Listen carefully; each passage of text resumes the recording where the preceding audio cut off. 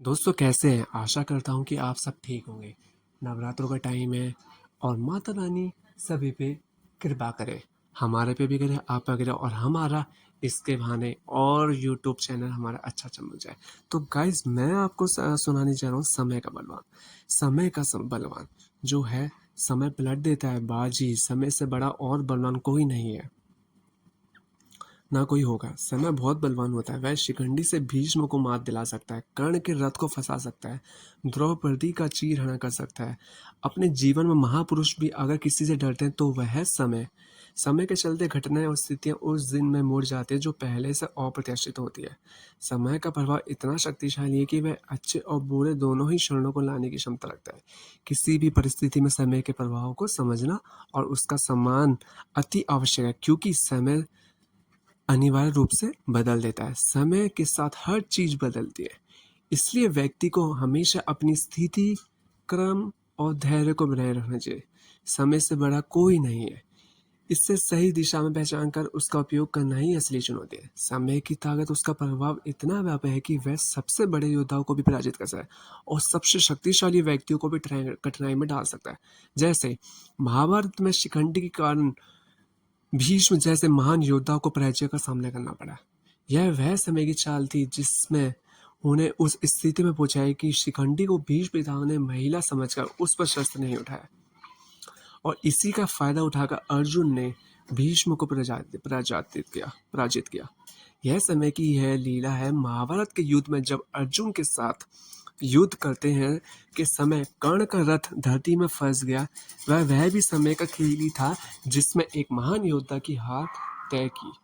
कर्ण जैसे वीर योद्धा को अपनी कुंडली, कवच, कुंडल के समय उसको भी छोड़ना पड़ा और समय के प्रभाव से पराजय का सामना पड़ा। समय के प्रभाव से द्रौपदी का अपमान सहना पड़ा। यद्यपि धर्मराज युधिष्ठिर और पांडव उनके साथ थे, वे भी समय के प्रभाव से बंधे थे और कुछ नहीं कर सके। यह दिखाता है कि समय की गति कितनी प्रबल हो सकती है, जो किसी भी व्यक्ति को विपत्ति में भी डाल सकती है। समय बलवान है, किसी को भी झुका सकता है, चाहे वो अमीर हो, चाहे वो गरीब हो, चाहे कुछ भी हो, चाहे वह कितना भी शक्तिशाली क्यों ना, चाहे वो कोई भी हो।